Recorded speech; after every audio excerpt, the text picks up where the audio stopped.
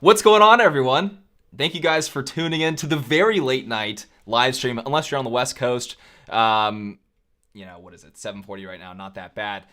For the East Coast people, kudos to you guys for staying up, hopping on board with our stream tonight. What are you looking at? Anything good? Everything good? You're clipping a bit. I think we're clipping a little bit. All right, we'll get it figured out. What's going on, everyone? You guys kick up your feet, grab a drink, hang out. We're gonna keep it pretty casual tonight, but we do have a lot of plans. We have a booked stream tonight, and before we get started, I do have to shill my locals community so I don't end up being homeless. You guys, if you haven't joined the locals community already, jamesklug.locals.com. I'm super zoomed in, by the way. jamesklug.locals.com. Link is in the description below. Go join. We just blew past 600 members, and this is a spot you guys can chat with me, updates, all that great stuff. So definitely go join. I think we're trying to get to 30 monthly supporters right now. Try to help us hit that goal. Link down in the description below. One more thing that we're going to be launching is After Hours with James Klug, my official car channel, is launching May 7th. Do not miss it. If you are into cars, we're going to be building them, driving them fast, breaking them. It's going to be a lot of fun, taking a, break away from politics once a week. And I think it's going to be good. I think you guys are going to really like it. We're trying to engage in culture just a little bit more. And that's going to be, that's my way of going about it. And so if you're into cars, we're almost at 1,000 subscribers over there. That's pretty great. Let's introduce the guest, Lisa Reynolds. It's always me. It's always you. Again. Yeah. Wow. It's Lisa this time. Really close. I'm really close to the screen today. All right. Sorry about that. Yeah, we're Hi, everybody. with framing. What's going on? Thanks for joining me tonight. I appreciate it. So we have a handful of things that we're doing. We're reacting to the slavery reparations video that I released. I picked a handful of parts out of that one that I thought that I kind of wanted your take on, Lisa. So we'll be going through some of that. There's some new updates to Twitter's algorithm and rules when it comes to misgendering people, and it's good news. And then we have a couple other things. Katie Porter misbehaving, trying to run for Senate, all that great stuff. But like I said, you guys, grab a drink, kick your feet up, hang out. And we're going to get started. Chat, what's going on, everyone? We have a couple familiar faces in here. Huh? Yeah, I think we're going to talk to the chat tonight too, right? A little bit. Oh, yeah. We got to chat with the chat. That's Fresh 26. What's going on? I know Evan is watching and doing cardio while he's watching. He told me. So that's very red-pilled. Good for you. Getting back in shape. You got Maddie in there having a drunk watching. Go ahead, Maddie. That's the move. Drunk watching. Let's go. What's going on, Maddie? Very cool. All right, so we're going to go ahead and start out with some good news here, Lisa. And we love good news, don't we? We have from Ollie London. Twitter removes hateful conduct policy that previously classified misgendering, using the wrong pronouns, and using biological names of trans people as harassment and a violation of Twitter policy. The policy had been in place since 2018, prior to Elon Musk's takeover, and was removed during Twitter's recent update to its terms of service. We have that right there.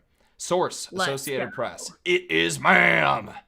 Perfect gift to go. Yeah, they need to do something about the mass reporting, because the Transformers get real happy on the mass reporting thing, and then that flags people. And they also have to stop counting the word whore as bullying and harassment too, because it's not. Well, you know what's funny? I brought that up to a bunch of people because a lot of people just there will be specific reasons for people getting their accounts removed or banned or whatever it may be, but the algorithm does set off when it comes to what you were just talking about right there. When it comes to mass reporting campaigns, and the left just so happens to be, and shocker, the left just so happens to be incredibly organized and really good at those. Because why can't we do that? Why can't we start mass reporting people and playing their game? I'm usually one that's I don't like censorship or whatever, but screw them. Let's hit them back where it hurts. Can we just report everything you see? Report it all. Yeah. You know what the crazy thing is? I think it's really that desire to censor. And from the left's perspective, I mean, it's top down. You go talk to people on the street, and they will be absolutely in favor of censoring people that they just disagree with. I don't think that largely exists on the right. And so you have that, whether it be corporate, whether it be politicians, whether it be whatever, Twitter's 80% of Twitter's old employees that all left. You know, even the goes down to the Twitter users. Like, they are adamant about censorship, and they want to shut down your speech. And like the right hasn't woken up. They're not playing by the same rules. They are refusing to do so. And I think there's that a large reason for that is because they have that sort of moral fiber. It's a great thing, but it's also an awful thing when it comes to fighting fire with fire, isn't it? Yeah, I think that we just need to really push back as hard as we can. Like, the other thing that the left does too, like, I'm sure, I mean, there's crazies on the right, don't get me wrong, that like DM people mean things, but like the left are so insane. Like, have you ever actually seen somebody's profile or a tweet that they sent and felt the need to like personally DM them like the most hateful stuff ever? Like, no, we don't do that.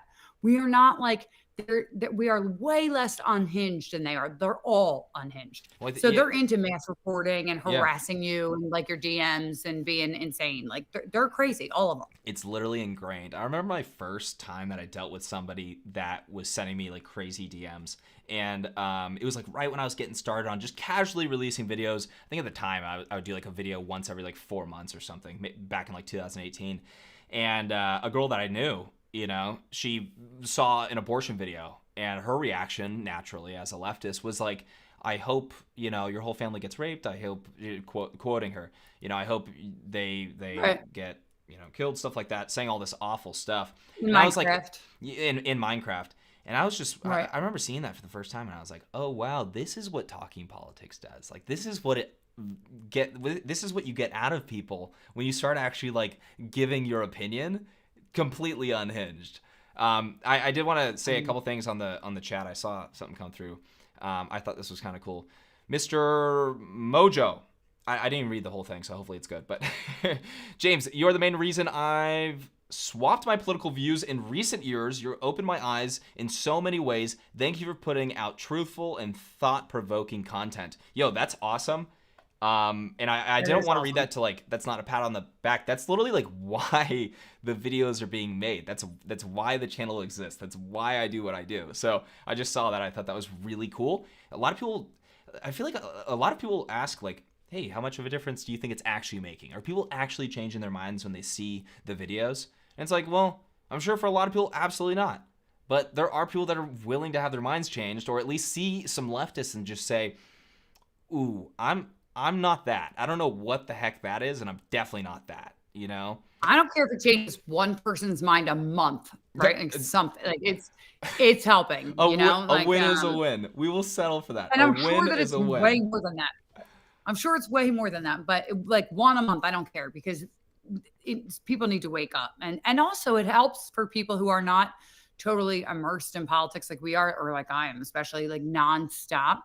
Like, oh, I didn't think of that argument, or oh, I didn't think of this. And like, it will help reinforce their ideas, but also give them new ways to discuss it with people that are close to them, which is important too. So like, even if you are like preaching to the choir, but they use some of the things they learned from your video out in public, like that's a win too. That's a win too, because they're teaching people. For sure. Arm people. It doesn't matter. Arm them with talking points and informed, you know, information, like good information that they could use. It doesn't matter if it's on college campus or in a debate, you know, class, or having dinner with the family. Like, it doesn't matter anywhere. You know, people need to be more prepared, because a lot of times, you know, we've talked about this before, is like the left pretty much relies, oftentimes what the establishment will do is they'll feed a catchphrase, right? Usually it's from 3 words to 5 words, and that catchphrase is just designed to be like, yep, this is my opinion, and now you have to debunk it. And it's like, oof. Well, when people get like a little bit more information and now they can debunk some of this stuff, the left is, you know, you're like left-wing uncle or whatever is in a lot of trouble at dinner. That's kind of fun. Anyways, total win on Twitter. We're happy to see this. This is great. I did want to say too, it made me think about, Lisa, did you see that interview? Was it Tim Pool on Joe Rogan with the former head of Twitter? Was that what it was? Because basically the point that, what are you talking about? I don't know what I'm talking about. Some people do. Maybe somebody's seen it in the chat, but basically I'll just lay it out really quick. Tim Pool was calling out the old previous head of Twitter. I forgot her name. I don't know how I forgot her name. Anyways, I guess it's late, whatever. But like the basically Indian, saying, she's not the head of Twitter, but like you're talking about the what is her name? I don't know. I'm gonna find it right anyway, now. keep going. Anyways, Jayapal. No, I don't know why I had Jayapal in my mind. Anyways, whatever. That's what I'm kind of thinking. I don't know. Yeah. It. So it's totally besides the point. He was speaking with her about how Twitter instills left-wing values into how their policies run. So it's not just like objective, it is left-wing values, and that is their policy. That right there is getting rid of far left values being their policy, making it more equal, a more level playing field for all. So that's a huge win. Maybe it is Vijaya. What? It is Vijaya. But yeah, it was funny though. Like Elon Musk said on Tucker the other night, like, oh, I want it to be like neutral and not partisan, and I want it to be like completely free speech. And he did that interview with the BBC, and then he did the Tucker thing. But when he was doing, like, I was looking at the comments on his Twitter, and somebody was like, yeah, but then you just told everybody that you were voting Republican. How is that not skewed towards our favor? And at this point, I don't care if it's skewed Republican anymore. Like, I'm over it. Like, I don't need it to be some neutral platform. If it's a Republican platform now, fine, so be it. Well, I mean, I love that point. It's like, if it's a Republican platform, okay, so you guys have all the other ones. Like... Yeah, all of them. Yeah, Literally if anything we could use, it's kind of funny. It's like that. Yeah, we don't necessarily need more center and quote fair platforms or news sources or whatever, because there's so much left-wing BS out there that you need something to combat it. And God forbid, like he said, it's all about the truth, right? Like, God forbid we tell the truth. That's what we are doing. We are telling the truth. There's some like fringe people, but like the majority of the people that were censored on Twitter were not like right-wing radicals, right? They were just regular people telling the truth about COVID information, about transgender stuff, and they just so happen to be correct about like 90% of it. Right. Yeah. Here, I haven't listened to this, so I don't know if it will, if it'll come up right, but let's see. Take this to its logical conclusion. I got sent a screenshot from somebody, and maybe it's faked. I think it was real. They were having an argument with someone on Twitter and responded with, dude, comma, you don't know, blah, blah, blah. And they got a suspension and a lockout, had to delete the tweet because the individual, using a cartoon avatar with the name apparently was Sam, reported it and said that I'm transgender and he's calling me dude, and the Twitter user actually got a suspension for it. So I can understand mistakes happen, but when you have a rule that's like that, there's colloquial terms that are like, man, come on, don't say that. Dude is like, we say, like I asked you guys when you were going to take a photo in front of this thing, I said guys, but I included you. I wasn't offended. Thank you for and not I being wouldn't offended. have reported you for it. Thank you. Yeah, we're not going to sift through that whole thing. Nico, if you can maybe find that clip that I was talking about, that'd be perfect. But anyways, yeah, so he actually calls her out on that, because that is not just it goes back to their truth is the truth. And so that's how they kind of implemented that into their old terms of service, their hateful conduct policy, because their truth, their left-wing values is just the way it is. Right? There's no ideology or anything that is influencing that. That's just how things are. And that's how the left plays their game with many things, including radical gender theory being taught in classrooms. Like, the argument is, well, that exists, right? So that's what we're going to teach children. It's like, no, that exists for you, just like flat earth theory exists for flat earthers, right? I love that. That's my favorite argument, because it totally takes the whole Christianity thing that they use. It's seriously my favorite. Like, yeah. We'll have to keep using that one. People believe in flat earth too. Should we talk about that? No. Yeah. You guys, hey, take a quick second to hit the like button on the stream, just so we can get in front of more people's faces, so we can get the stream going. I want to try to get more people in this stream. So if everyone watching can hit that like button, it will greatly help with the algorithm. Greatly appreciate everybody doing that. All right. So did you see this video yet? I have seen clips of this one. Yeah. Okay. It's phenomenal. So Katie Porter, I can't even believe I'm saying this, but my representative, right? They spent like 10 times the amount of money that the Republican spends every election, and she gets reelected. And this is not just like a Democrat. This isn't a Manchin. This is a leftist that is in a pretty darn red area. And it's partially the GOP's fault because they just like keep running people that don't have money behind them or maybe aren't electable or whatever it may be. But she's brutal. So we have a tweet here from Charlie Croak saying self-styled soccer mom, and she like literally sells herself as a soccer mom. She actually does.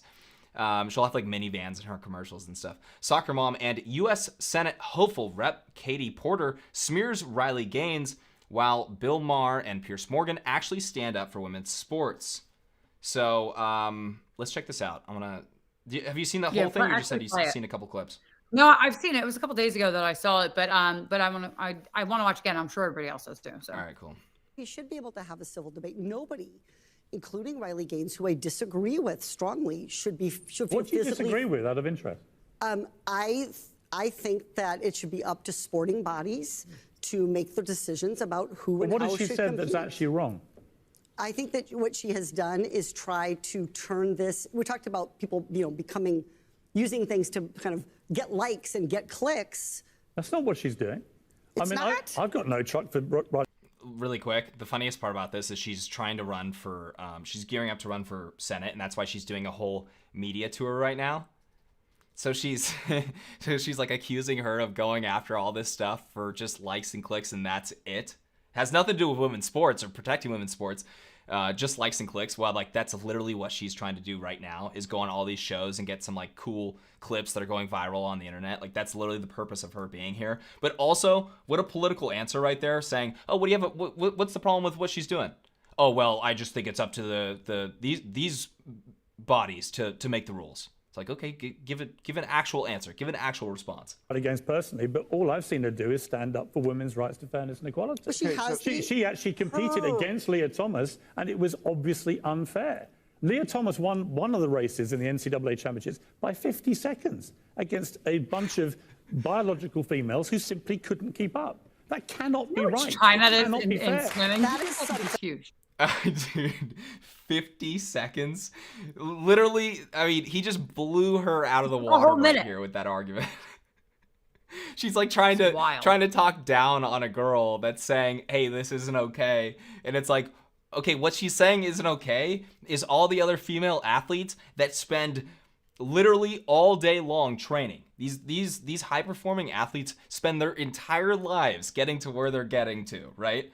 And then now, just let's put everything aside. Championships, potential scholarships for female athletes. Put everything aside. The trauma of somebody hopping in the sport and beating you by 50 seconds when you've worked your whole life for that.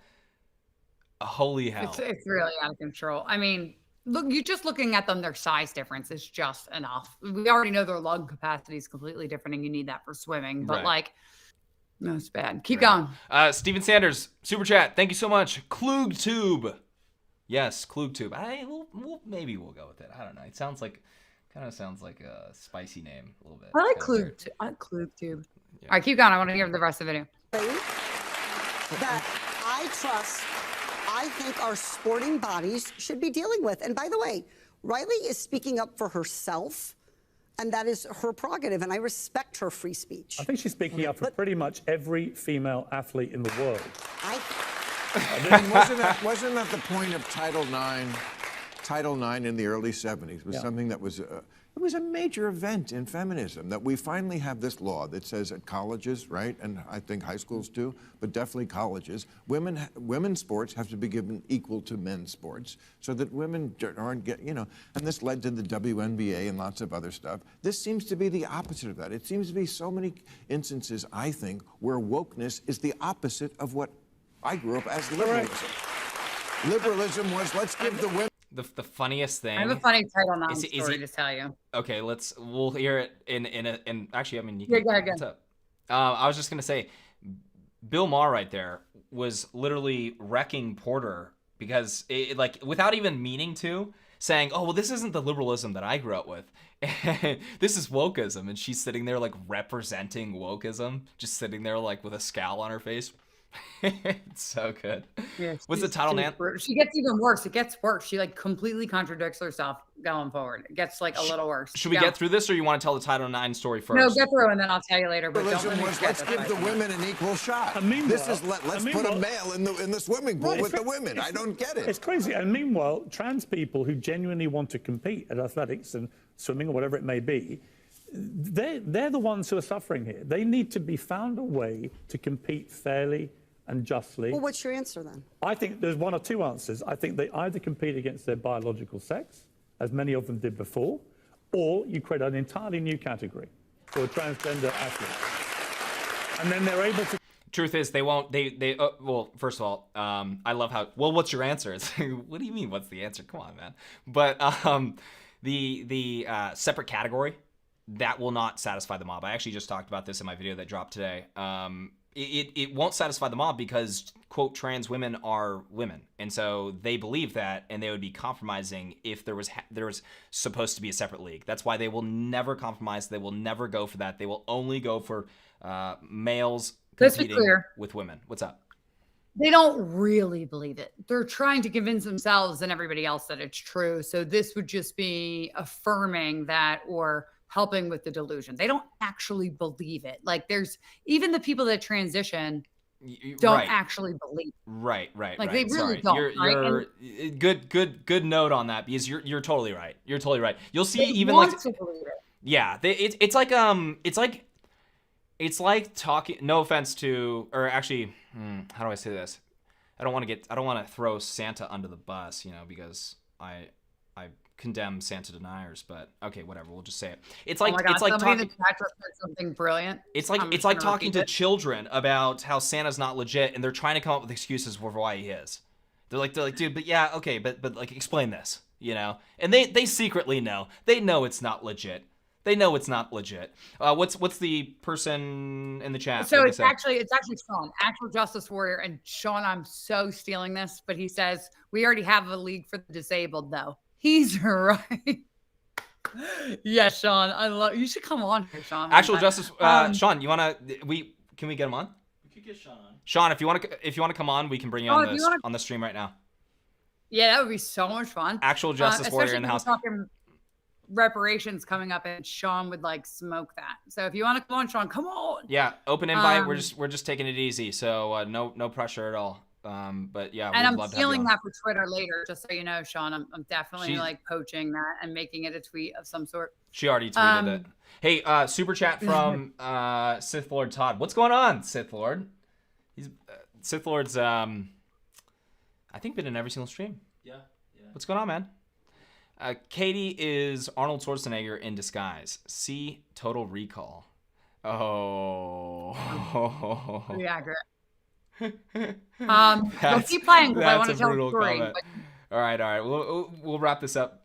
Compete fairly.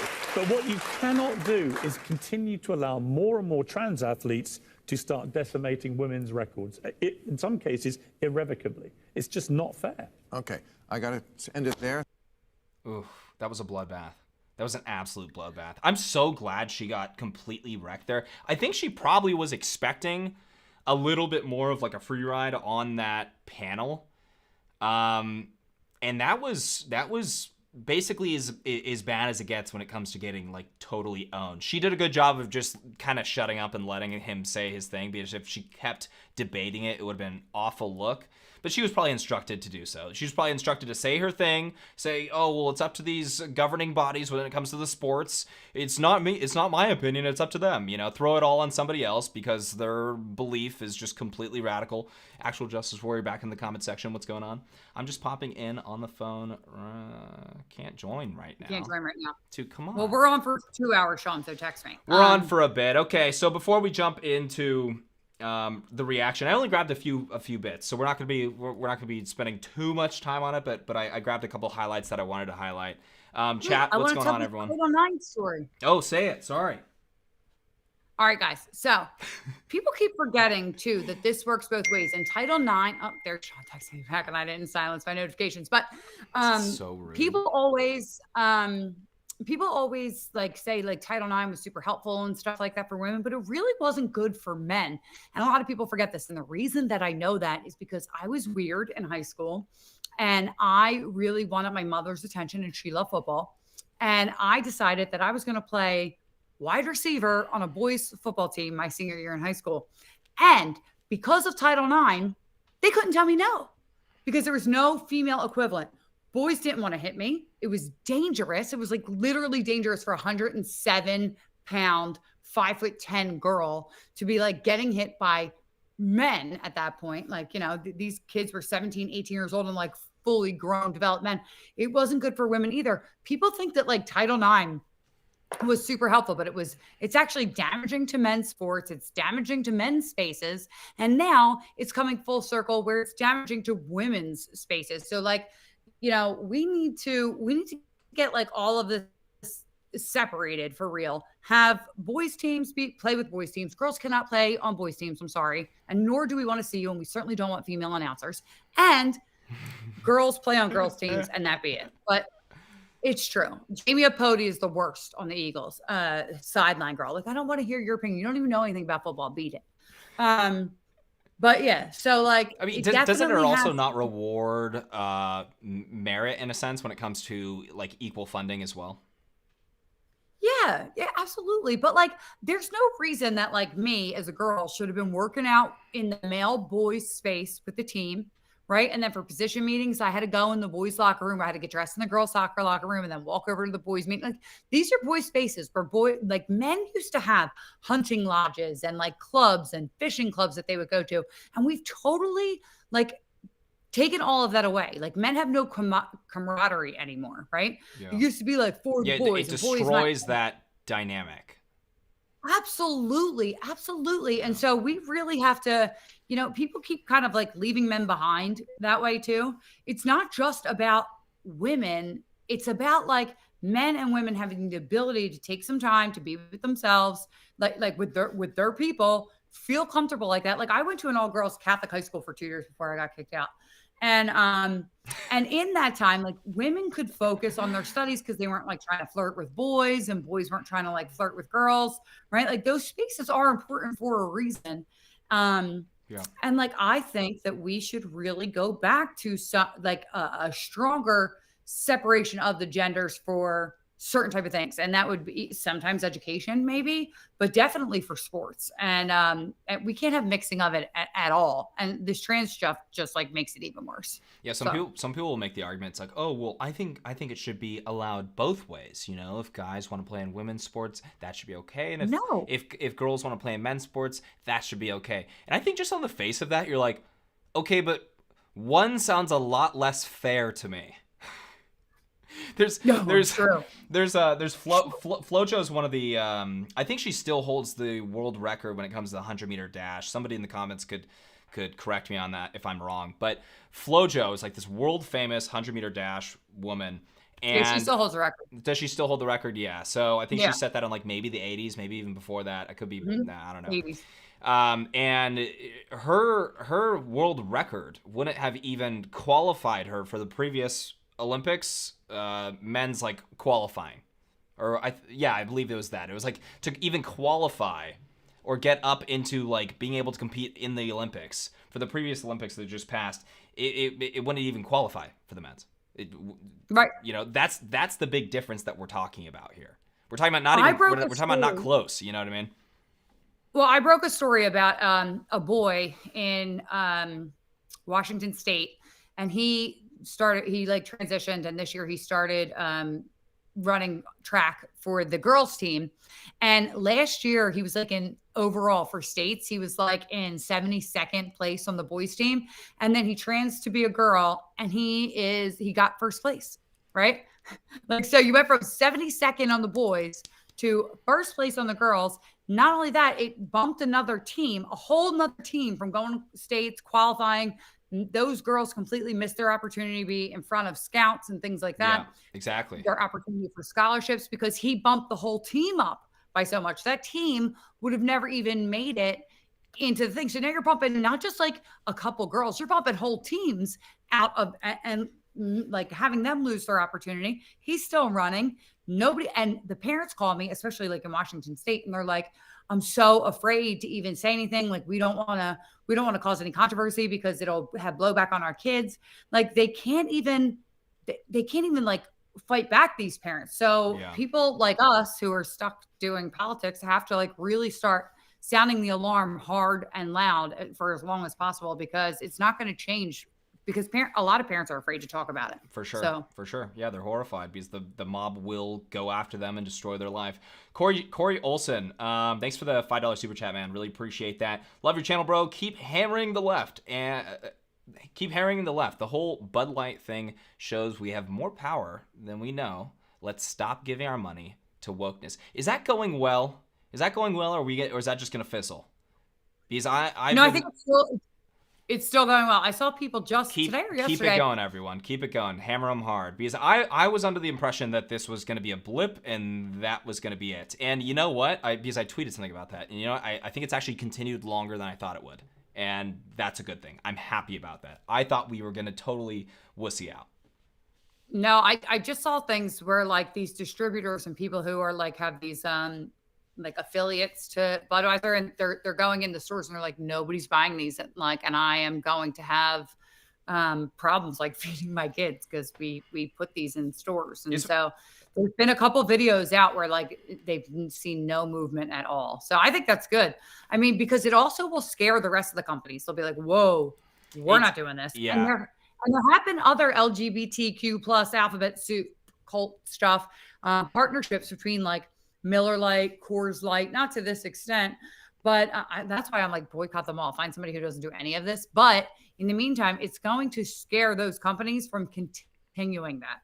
So I think we need to keep it up as long as possible. Yeah, absolutely. I mean, I think it should be much worse. I'd be hesitant to say just run them out of business, although that sounds kind of epic right off the bat. But I am down for like 50%, like 75% cut in sales to really just send a shockwave across the entire industry. Because if it's just like, okay, hey, we lost some and then we regained it later in the year. No. I want you guys to be screaming around the office, freaking out, right?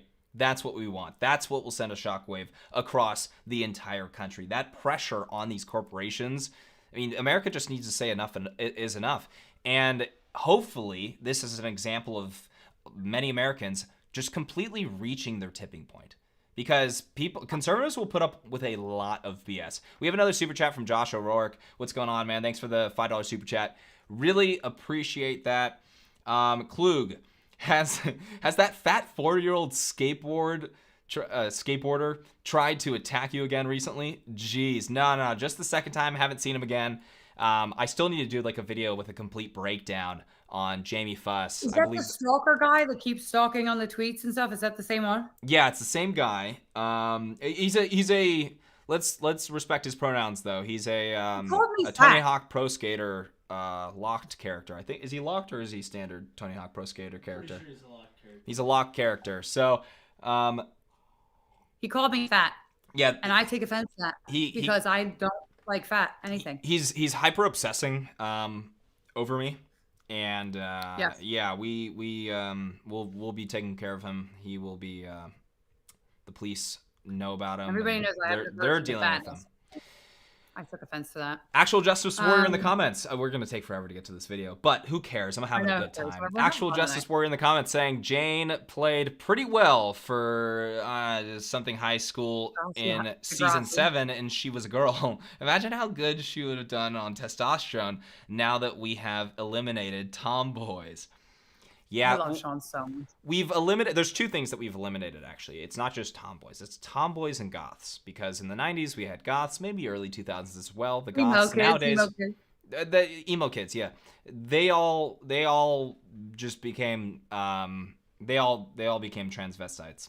That's going to be my hot take for the evening. I mean, it's true. So bad. Another super chat. That's Fresh26. What's going on? Thank you for the super chat, man. Appreciate you. I know who that's Fresh26 is. I'm tired of men's leagues having to subsidize women's ones. As far as I'm concerned, Transformer people just cut women down a notch on the oppression Olympics. Absolutely. I say, like Sean said, stick them in the Special Olympics. We already have a category for mentally ill disabled people. Put them over there. This stream is getting so spicy. Okay. Oh, sorry. I'm actually, Lisa, I don't know. Minecraft. I meant in Minecraft, I didn't mean real life.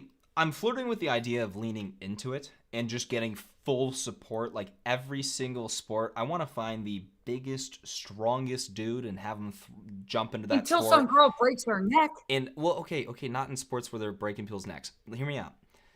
But there was that deadlifting guy. I forgot his name. Maybe we could pull it up. But the deadlifting guy joins a tournament, just destroys every single women's record just to prove a point. And I think the absurdity for so many people just needs to reach that level to where they're like, okay, this is out of control. This is just getting a little out of control, and many people have not reached their tipping point just yet. And we can tell because a lot of people still support this stuff. If I went out in the street and did a video on this, you would still find people that were like, oh, it's totally fine. I mean, you're denying their identity, right? It's totally fine. Well, if a bunch of dudes go out and break every single record known to man and woman, it's going to be a lot harder to defend that stance. So I don't know. I'm playing with the idea of just leaning totally into it. What's up? This is a breakthrough. Maybe trans stuff is actually helping women's sports because nobody watches that BS anyway. Nobody likes women's sports. Who actually watches women's sports? And so maybe if there's controversy and men playing women's sports, they might get attention and start generating some money that they demand. Is this a conspiracy that big female sport is creating controversy for views? I don't know. Like that's the only thing that'll actually get them views. This a big sport is definitely behind this. When's the last time you've watched any female sport? I haven't. Ever. Okay. It doesn't matter. Any controversy, every controversy you throw at me for around women's sports, I still will not watch it, but I will still speak out and fight for people's right to enjoy sports with their own biological sex. Like, I think that's absolutely fine. My sister was a top performing athlete. I think she would be absolutely devastated if she had to go into the pool with, a guy that was stronger than her in every way, just destroying all her hard work. Joseph C, what's going on, man? Hey, James. Oh, actually, we have. Okay, so that's for us. Okay, Joseph C, what's going on, man? Thanks for the super chat. Really appreciate it. Hey, James, your videos have helped me during a very difficult time. You've kept me sane as I'm becoming more and more disconnected from this woke world. Well, good for you, and I'm glad that we could be of help. That's why we're making the videos, man. So I appreciate you watching, and glad that they're keeping you sane, giving that like kind of, what is it? What was the left saying? What was Democrats saying? That return to normalcy, which they like totally ran away from, by the way. Totally lied. There's nothing normal about anything that's happening. Return to normalcy. Yeah, I was. That's what when we were Lisa and I were talking about the other day, doing like a speech kind of surrounding that, just my experience on the street and how things have shifted. Because the sales pitch was return to normalcy, right? Trump was all this crazy stuff, and we are returning to normalcy. Yeah, they have run so far away from that. We also have a couple other people, and then we'll get to the video. Hope everyone's having a good night, by the way. Thank you guys for being in the stream. How many people do we have? 183 right That's now. good. That's good. You guys, make sure to hit that like button so we get more people in here.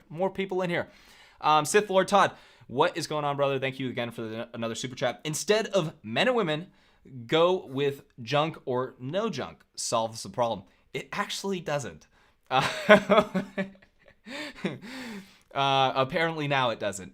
But junk bathrooms and no junk bathrooms. Junk sports and no junk sports. I love that.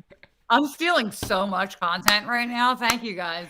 Between you and Sean, I'm having a field day on Twitter for the next week. Sith Lord Todd feeding Lisa her next tweet right there. Absolutely. That is so 100%. Funny. That's Sean had another comment in there too, so you know. Yeah, that's Fresh 26. Thank you again for the super chat. You rock. I appreciate you guys feeding us and keeping this channel alive so we can go out there, make more content, all that great stuff. There is no test to prove you are a transformer. When everyone's a woman, no one is. Bye, feminism. Yep, steal that for a tweet too. Yeah, 100%, absolutely. You're taking everything that is important about being a woman away from being in like actual woman. Like womanhood is actually important. There are parts of it that should be celebrated, and they're just completely making a mockery of the entire thing. I love how they say like I'm a woman because I feel like a woman. Well, how do you know what it feels like to be a woman? By the way, too, I watch a lot of women like I get offended. I get offended that these people are doing this. Like I don't get offended by anything, right? But like it's just not true. You're liars, you're weird, and I don't want it infecting my kids. Like that's what I really care about. Like I'm absolutely not offended, but I don't want my daughter going up against boy track players. I don't want this stuff seeping into her brain, but I'm definitely not offended. Like everybody's like, oh, it's like woman face. Okay, I guess it is. But like, do we really care about that? Like women, do you really, really care about it being, are you really offended? Because I'm not. Offended by the woman like, face? Like I just, maybe it's like the term, like I'm so anti being offended to anything. Like, do I think that like it offends me as a woman that somebody's like Mama Klug says it's offensive. Yeah, a lot of women do. Yeah, and if Mama Klug says that, that's what goes basically, right? Yeah, I know. I love your mom too, but like I feel like I don't get offended. I'm like, you're ridiculous. You're not living in reality and you're weird. But I don't know. I don't feel like I never get offended by it. Like that actual offense thing, like people do about like blackface or whatever. Like I don't feel like that at all. Yeah. Like the appropriation. Yeah. I mean, I think there's appropriate times to actually say like that is offensive to me, but usually it's like a big deal, right? Like something superficial or whatever. I can't even think of an example of when I would say that's offensive to me. I usually would just say jokingly. So I see what you're saying. I get it. Maybe if somebody calls me fat, I would be offended because I'm like, you know what I mean? Like I hate everything. But other than that, I did have one lady say that to me one time. Like she was like, "You fat ass" in a fight, and it haunts me to this day. I'm like, I'm standing in front of you. I'm clearly not a fat. Like nobody would normally call me a fat person. I'm a little thick right now, but like I'm not a fat person by any stretch of the imagination. And like that's offensive to me. But like, yeah, I don't know. I just feel like these people are weird and on the truth, and it's a terrible narrative, but I'm not offended by it. For sure. Yeah, it's I mean, I guess you could say like, okay, is the push is the drive to like push mental illness on your children and brainwash your children? It's not offensive. Is that you're my mortal enemy? Yeah. Yeah, the word offensive just doesn't offensive. Hold any like, weight. You're I was trying to make sense of it there, and I was like, no. Anyways. Right, and so that's why, like, I kind of don't like using the left's language. Like, oh, I'm offended. Like, I feel like that's like... She won't stop talking. Anyways, John O'Rourke.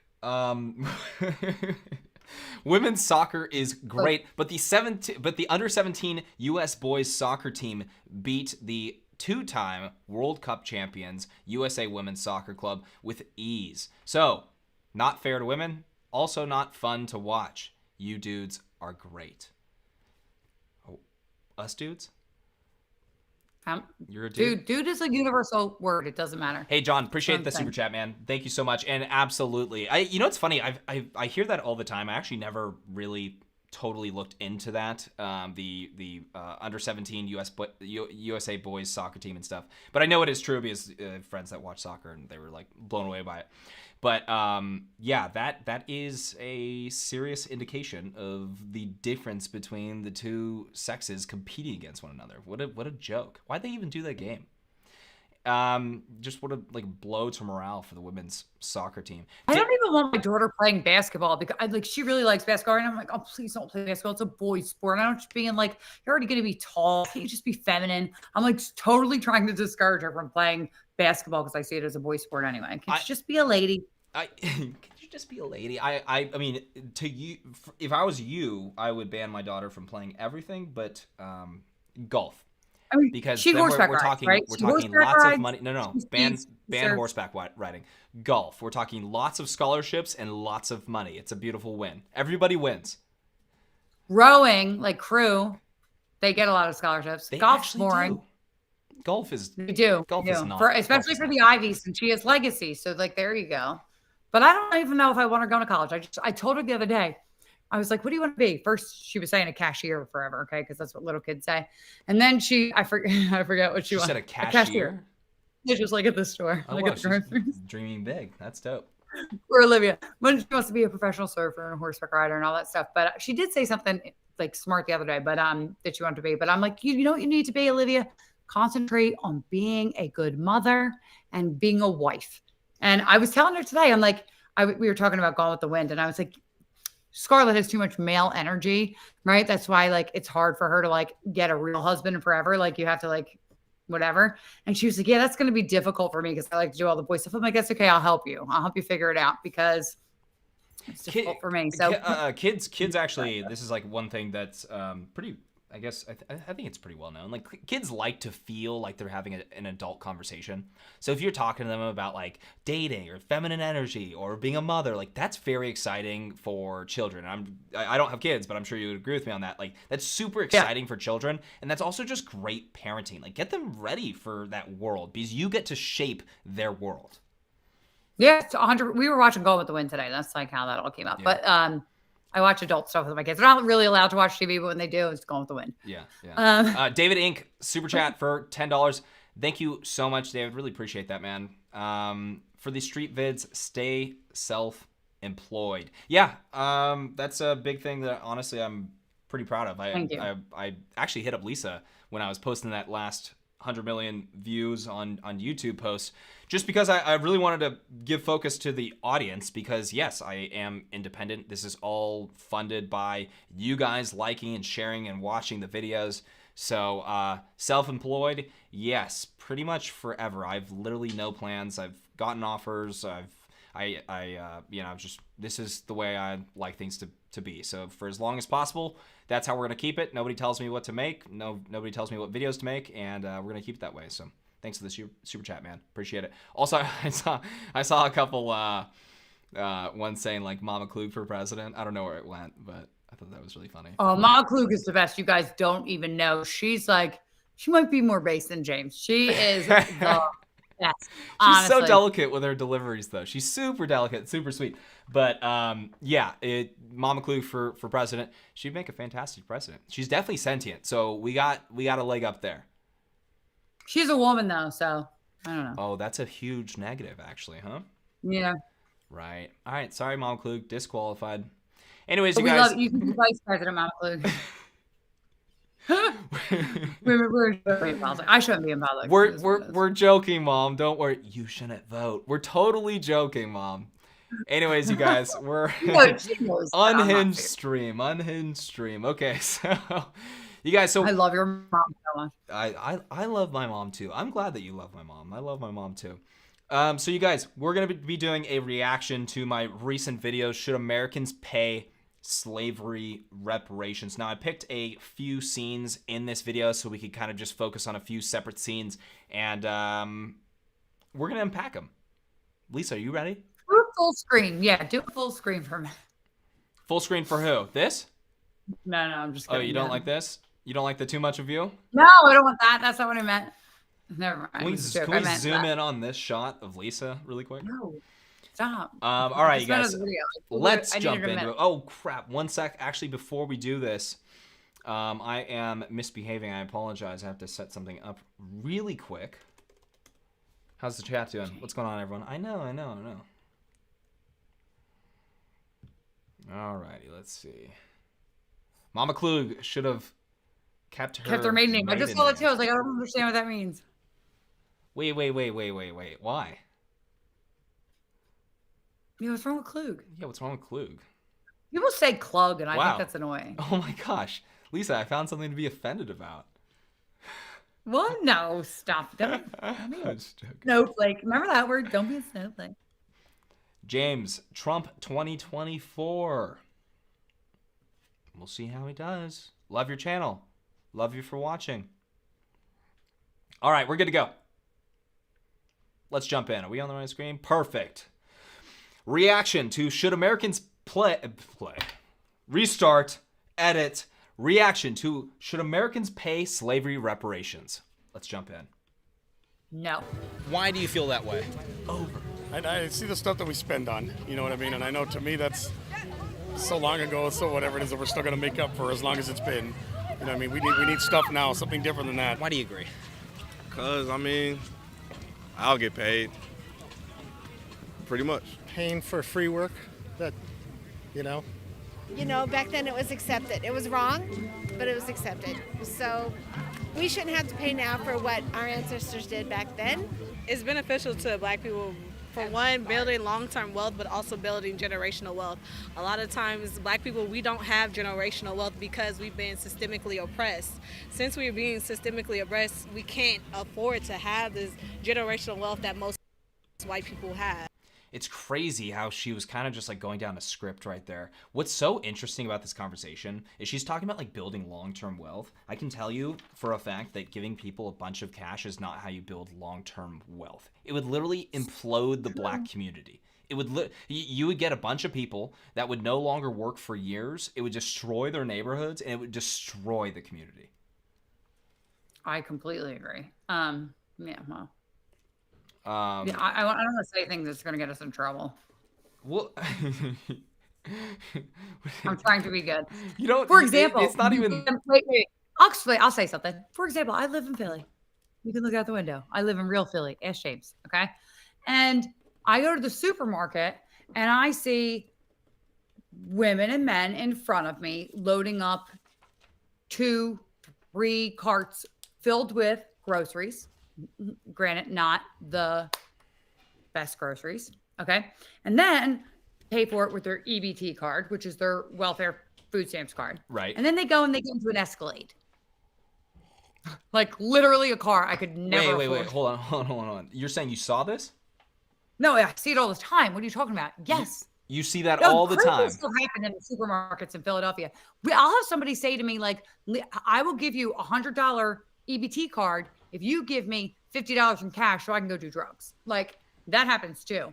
But come, I swear to God, we should probably film a video. That's what we should do. We should do our like milk joust thing.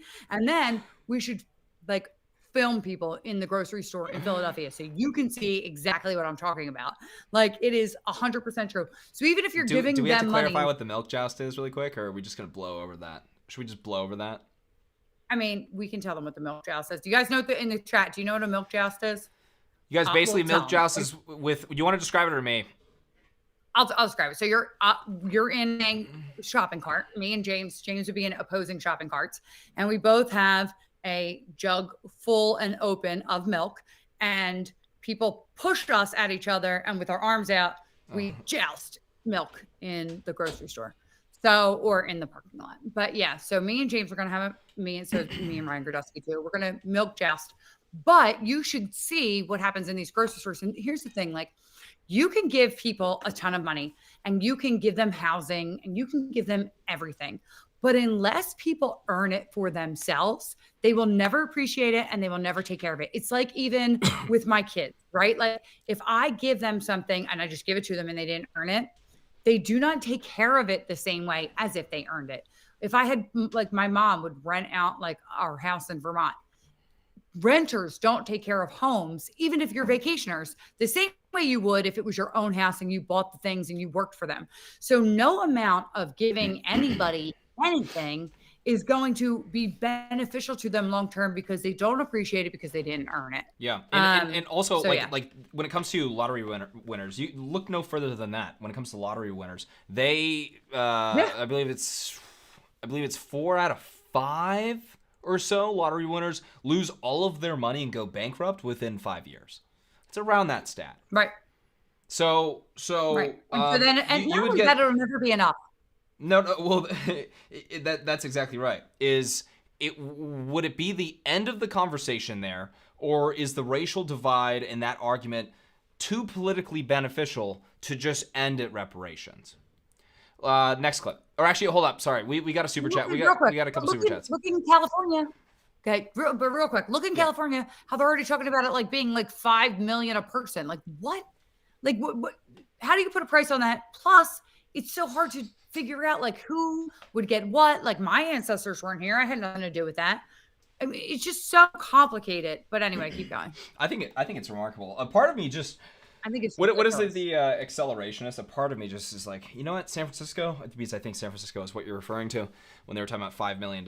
Yeah. It would totally bankrupt San Francisco, and it's like, you know what, maybe that's what they need. And the truth is, like, I always ask myself that, but the truth is they would just point the finger somehow at Republicans and blame it on them, and then get bailed out by the federal government and learn literally nothing.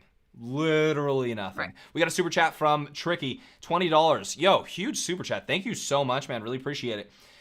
Keep doing the good work, James and Lisa. Y'all rock. Well, you rock, and I really appreciate you supporting the channel. Thank you so much for that super chat. We had a couple more. John O'Rourke, again, thank you, John, appreciate you. The people on welfare sell their children's social security numbers to get money from the government. Crazy. They sell them. Facts. What, by having them? Yeah. No, like, I don't know.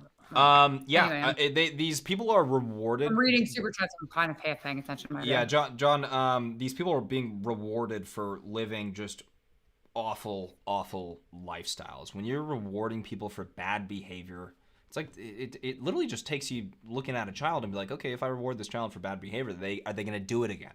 Are they going to do it more?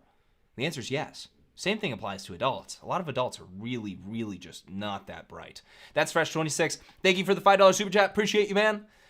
We already gave them reparations. It's called welfare, and look how great that's working out for them, right? The war on poverty. Welfare and affirmative action. Yeah, and affirmative action. Well, I mean, it's so many things. It's literally so many things, and it's so many roads to. If you look at education as a road to the middle class, then they have a easier road to the middle class than anybody. And when it comes to the war on poverty, you're looking at trillions of dollars, and the poverty rate has it budged? Has it stayed pretty much the same? Waste of a bunch of money. Anyways, next bit. Let's move on. I don't know. I suppose it would depend on what it was, and at this point, I don't know. Is it even?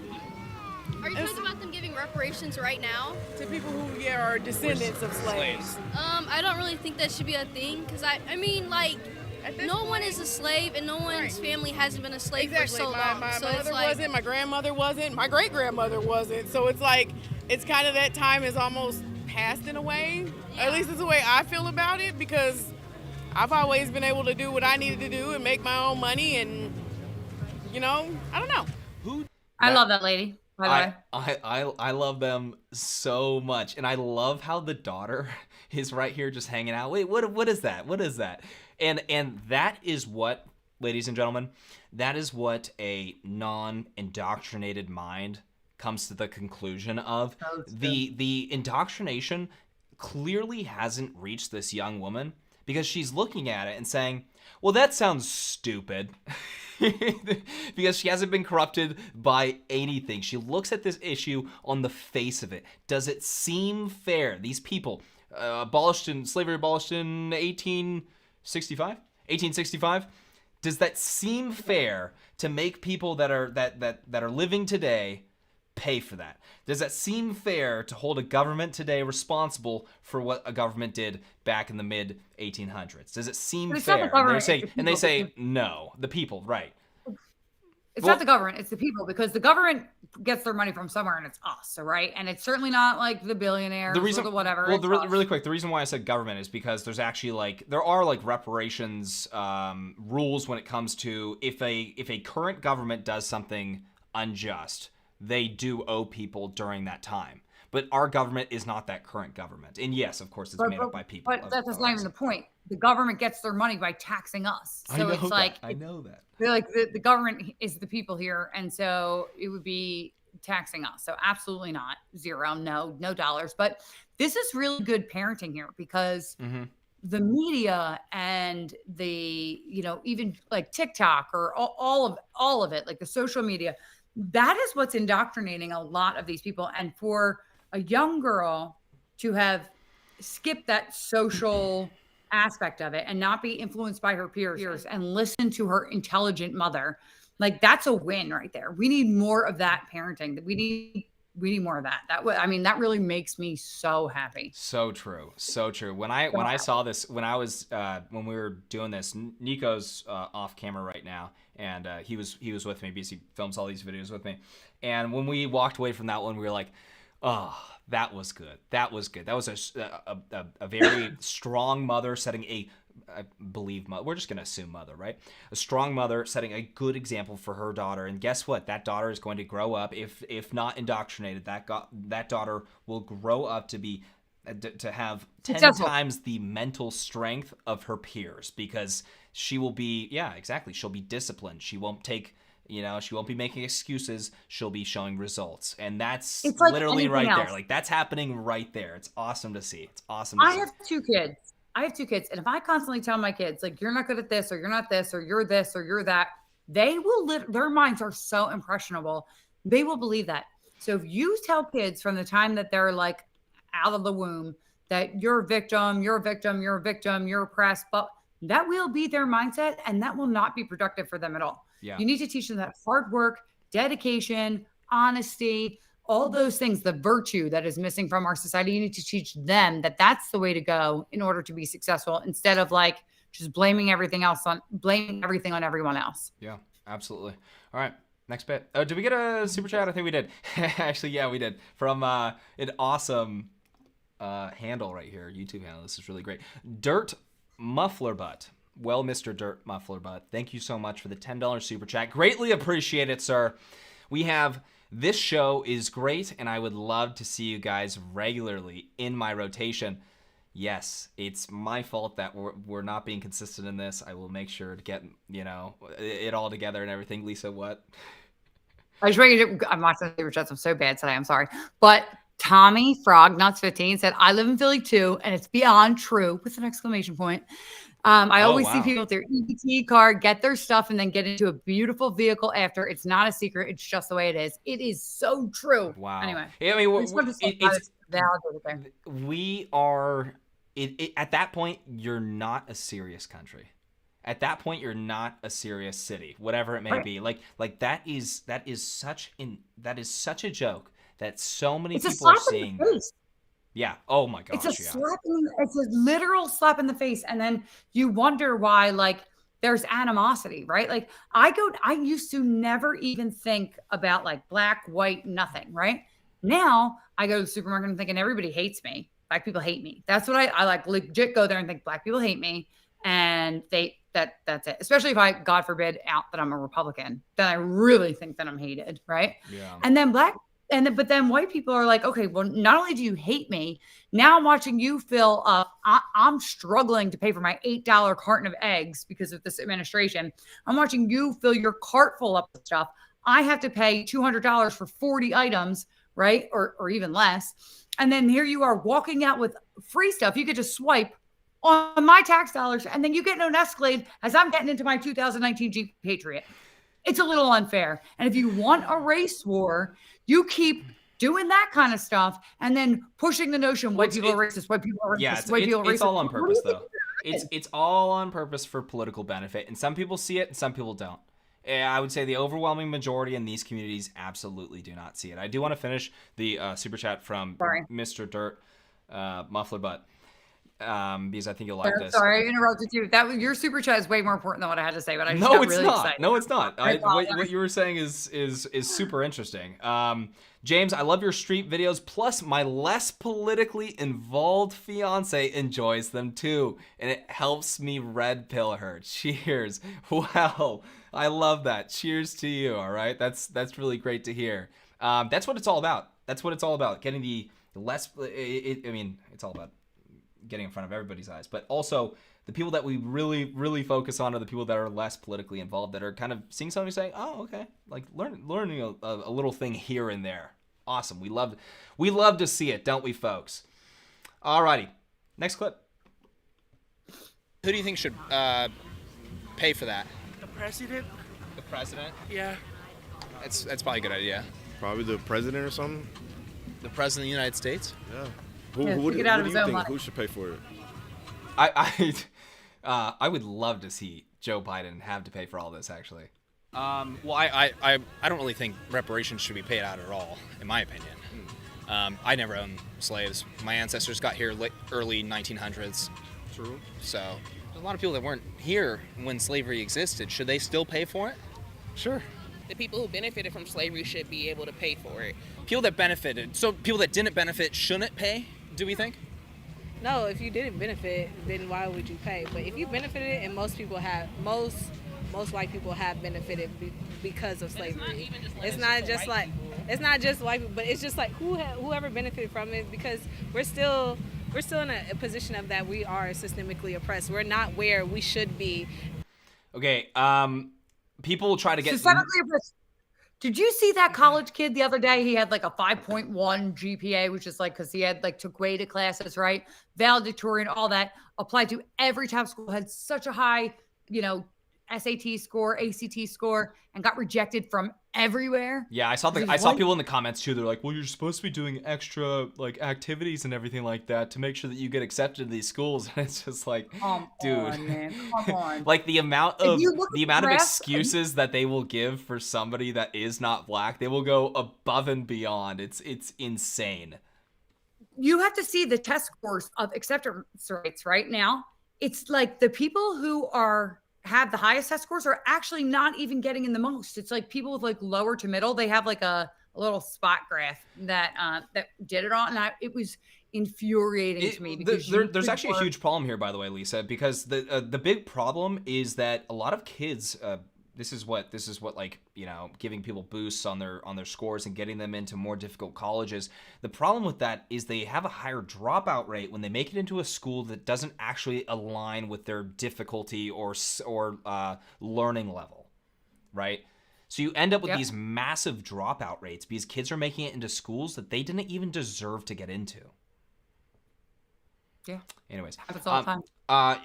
Another one I was gonna touch on was the like nuance of the conversation. A lot of people were like, "Oh, well, if you didn't benefit from slavery, right? If you didn't benefit from slavery, then you definitely shouldn't pay. But we need to connect to the companies that were back in the 1800s that did benefit, and maybe whoever's tied to that nowadays." It's like, dude, cut the BS. You just want taxpayers to do it, and that means that you're technically gonna be paying for it too. Like, just cut the BS. We know how it's gonna work. But a lot of people will try to get like a lot more complicated with it just to make their argument somewhat sound good. Like, they will do their best to make it somewhat sound good, even though it's total trash. But we all know it would just come out of everyone's pockets, and in SF it would bankrupt the city. California, a non-slave state.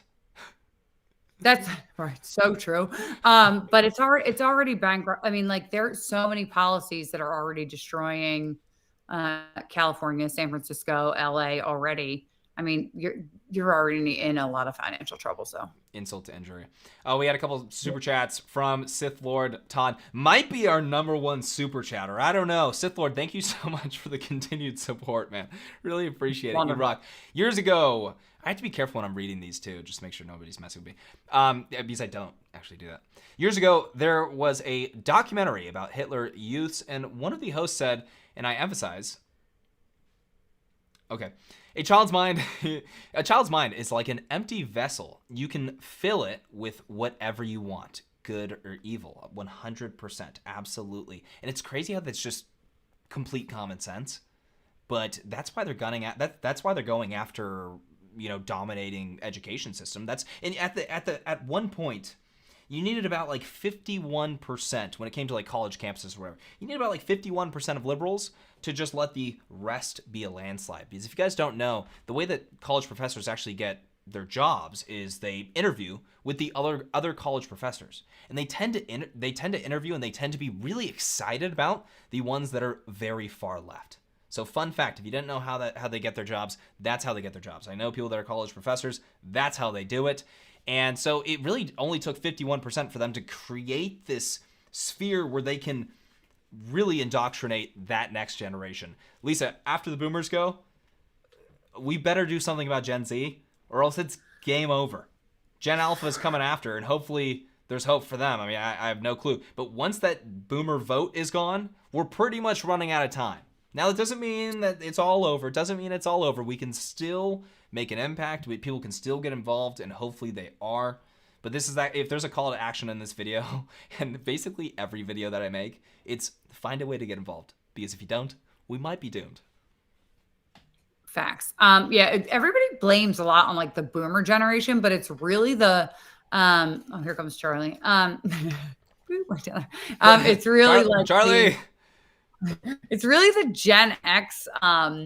It's really Gen X that destroyed a lot of like America and what's going on right now. Like, think about the kids that you're seeing on YouTube and on TikTok and all that stuff. Like, they're Gen X millennial kids, and they're the ones that raise these insufferable children who keep making it worse. So like the boomers didn't help, but like Gen X and millennials and Gen X have really done a lot to destroy it too. Yeah, it's obviously an incredibly nuanced conversation, and I don't want people to like. I genuinely actually don't want people to feel bad that are Gen X or boomers that are like watching. They're like, oh, because the truth is that a lot of these people didn't know it was this bad. They didn't know that there was leftism, taking over all of these institutions and planning on doing something crazy about it. Because if you talk to people in the 90s was pretty much just like your Pierce Morgan liberals, or like your Bill Maher liberals, right? It really started to explode around like 2010. That's where progressivism came into play. That's where all of this really came into play. And I think a lot of people also just didn't see it coming. It's difficult to see it coming. It was a drastic shift. Because, like I just said, even in the 90s, it wasn't anywhere close to this. Mid-2000s, nowhere close to this. People didn't see it. And like I said, about the 51% when it comes to college professors, as soon as you get to that point, you're 10 to 15 years out from dominating every single college in the United States, basically. Like once you take that majority point and you're interviewing with let's say you're a leftist that wants to become a college professor, and you're interviewing with the majority of college professors being left wing, and they recommend you and they hire you, game over. Sith Lord Todd, thanks again for that super chat. Michael Jackson, he's alive.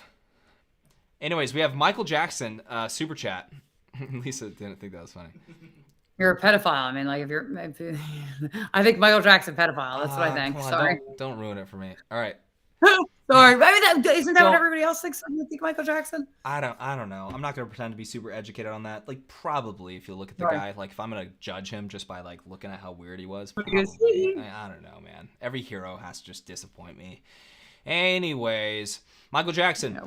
If slave trade or selling never happened, they can say with 100% proof that they would be. Sorry, did I read that? Can they say with 100% proof that they would be in America?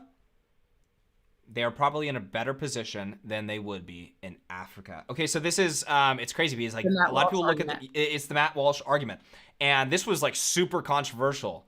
But like if you're being really honest with yourself, yeah, it's kind of a spicy take. I'll acknowledge that it's a little spicy, right? And by the way, 7 a.m. sober. Did that super chat. Thank you so much for that. Really appreciate that. If you really think about it, it's on the face of it, sure, maybe a little bit spicy. But then you think about it and you're like, well, wait, yeah, of course. I mean, it's awesome. Not wrong. You're not wrong at all. It's spot on. Spot on. There are horrifying things that happened in the past that made you end up where you are today. The thing is that like. And you know what? We have it pretty darn good here. Even though we're complaining and all of this stuff, we still have an amazing country that we need to save. And it's worth saving because we have it pretty darn good. There's too many what ifs. Like, we're talking generations down. Like, what if this happened? And what if that happened? And what if this didn't happen? I mean, we don't know what the outcome would be. But right now in this country, for at least since the 1950s, everybody's had an equal opportunity, if not extra opportunity, to succeed. And if you haven't by now, or if you can't, you can't. Like, that's like the Nigerians coming over here, right? The Nigerians are one of the top income earners by race. It has nothing to do with your skin color. It has to do with your attitude. It has to do with really quick, I totally screwed up on that one because the super chat jumped, and so I read the wrong title. That one was from Michael Jackson. And I thanked somebody else without reading their super chat because I just have no clue what I'm doing. Anyways, you're on a sick one, Lisa. I'm so sorry to interrupt with my sheer incompetence. But that's so funny that I just did that. It like jumped without me seeing, so I looked back and it had the same color. We're still getting used to this, folks. I'm sorry. I'm so sorry. First of all, I think the biggest super chat that we've ever gotten on the stream from Jake Gentry, and he asked a great question, so I'm going to read it right now. This is fantastic. Thank you so much for a $50 super chat. Do we know how to put super chats up on the screen? I can see that. I mean, we still don't know how to do that. So, you guys, Jake Gentry says for $50, thank you so much again. How do I express all these concerns in society to my friends and family without feeling and coming off kooky for caring, i.e., the sexualization of children, socially acceptable racism? In other words, how do we make an impact to end wokeness? Wow. Such a big question. And really, okay, there's a couple questions I would have. I think you and I would give two different answers, right? You and I would give two different. I think you and I would give two different answers. Well, go with yours first. Yeah, I need to know more information. But I'm actually going to scroll down and see if Jake responds. Jake, how old are you and where do you live? Okay, and then I'll go off that. But I'll just start already.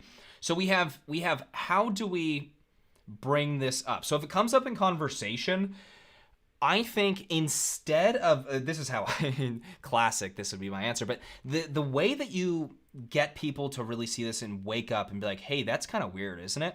Is one, you don't force it. Okay, so if you're talking with people that maybe aren't conservatives or maybe they're not political, I have a lot of friends that aren't political. So if I was trying to talk to them about this and actually have these conversations, I'm gonna give two answers here.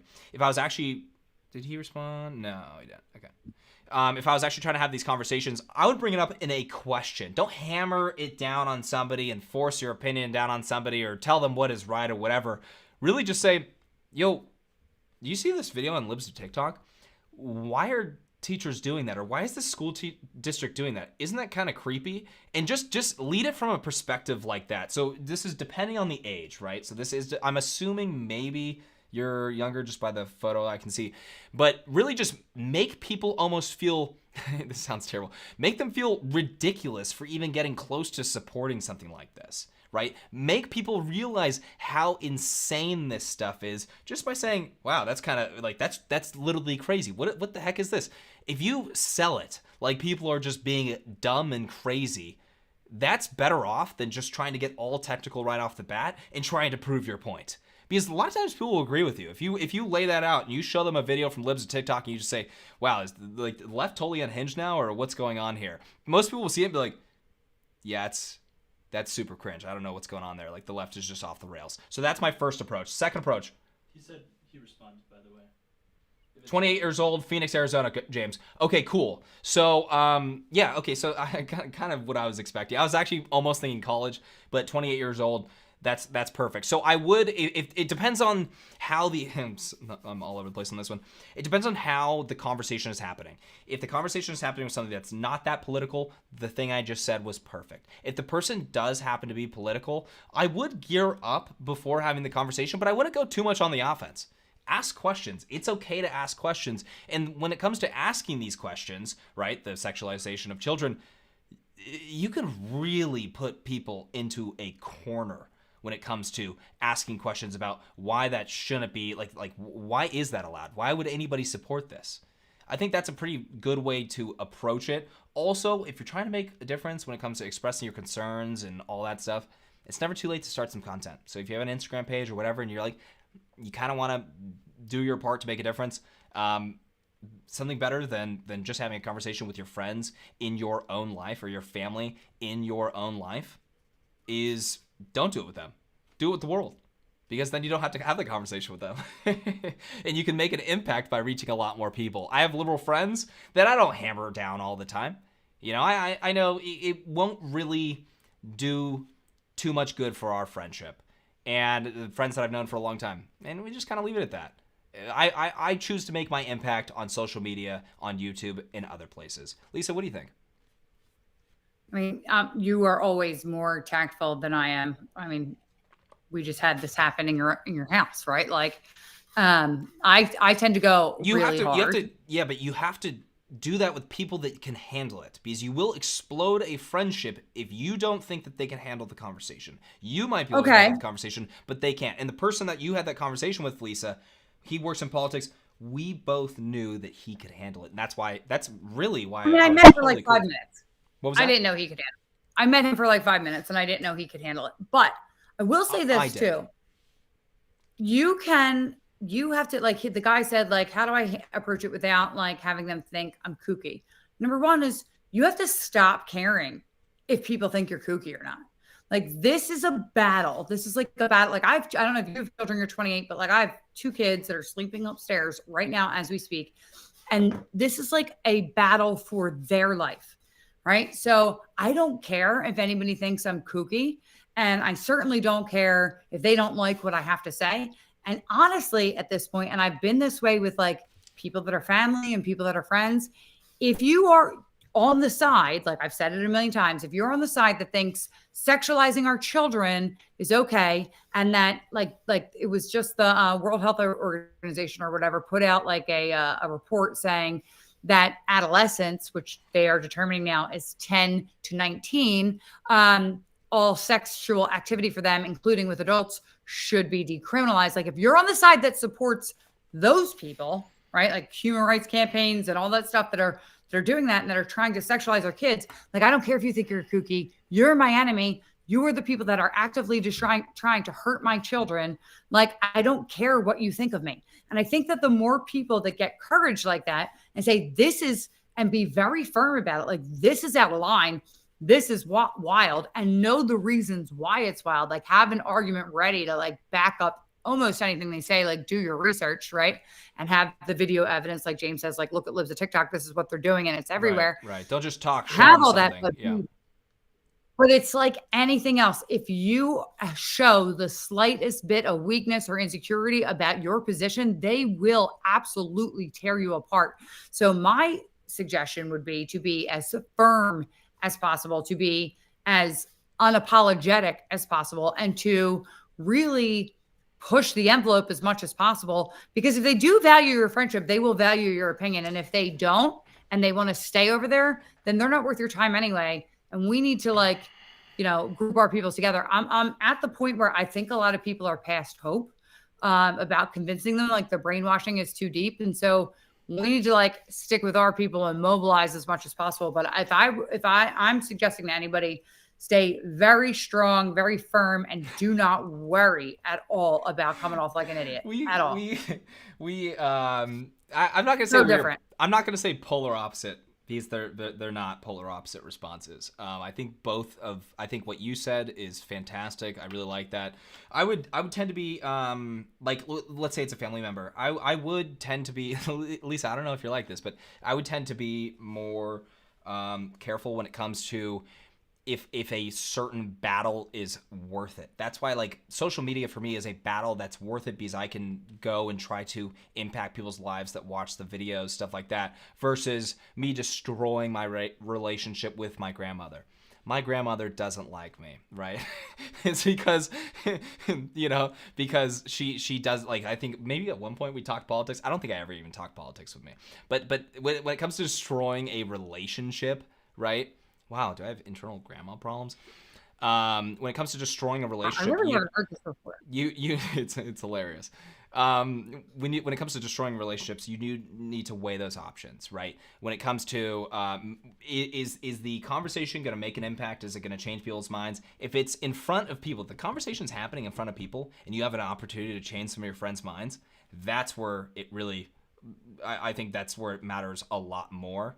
And then when it comes to an individual, weigh and figure that out if that person can even have that conversation. If they are defending something that Lisa's talking about, honestly, Lisa, I think you're right. You put that pressure on them. Because the truth is, the left is so good at this stuff. The left is so good at putting this pressure on that it makes you even ask these questions. How do I come off without being kooky or caring or whatever? Like, how do I come off this way?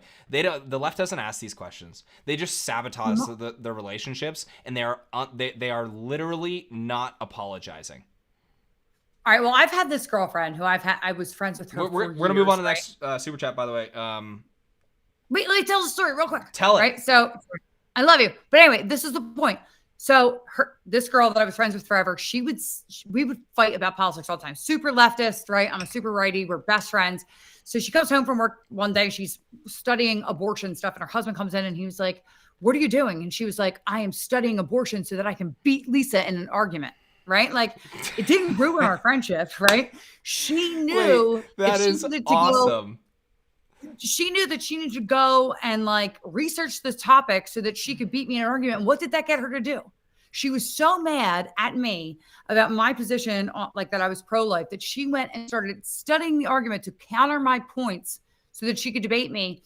And it made her dig in. We're still great friends. That right? is phenomenal. I think that's another tip too. Like, don't talk about something. Don't talk about something you're not ready to talk about. You want to be in that position where Lisa destroyed her friend and they go home and spend their evening researching to try to beat you. That's what you want. So do not talk unless you think you have something good to say. And if you feel comfortable in saying it, lean into it and have a good time. Let it rip. We have 7 a.m. sober with another super chat. And you guys, I promise we'll move on right after this. Hey, James, love the live format. Thank you so much. I really appreciate that. I'm not even sure how many people, people definitely don't subscribe to the channel to watch live streams.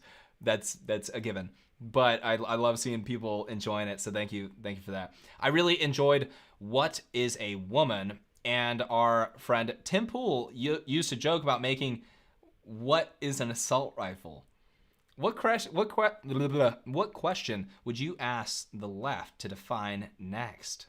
Ooh, what a fantastic... That's a good question. What question would I ask the left to define next? Democracy. I want them to define democracy. That is their new word that they're like, oh, it's saving democracy. Oh, it's against democracy. And you can really talk to people and be like, okay, what are you talking about? Like, what is that? Or you have them define fascism. That's also a fun one when it comes to all of the, the fascist tendencies of the Biden administration when it comes to regulating speech, guns, you name it.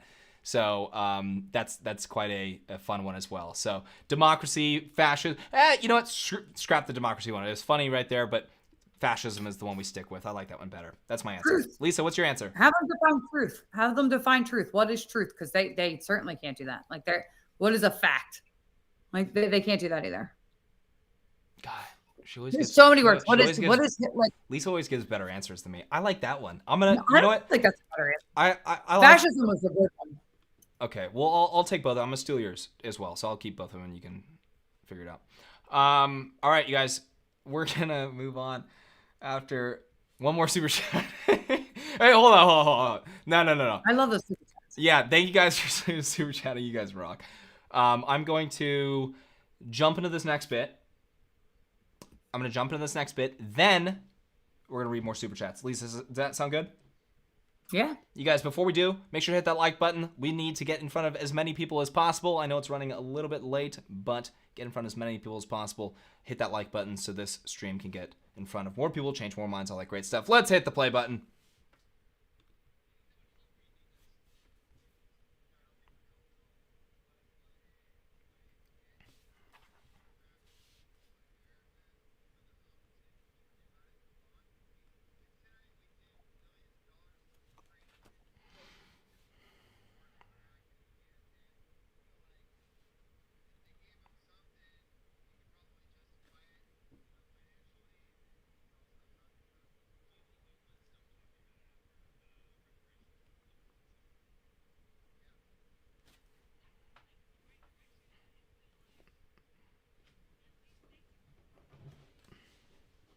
Yo, James, you have to go to this thing.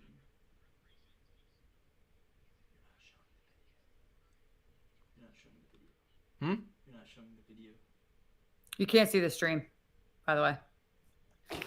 You can't see like what you were just playing the clip, but that's fine. They could hear it. Do we just figure that out? I noticed. I'm trying to text you, but your notifications are off. Am I just the worst streamer ever? No, you're fine.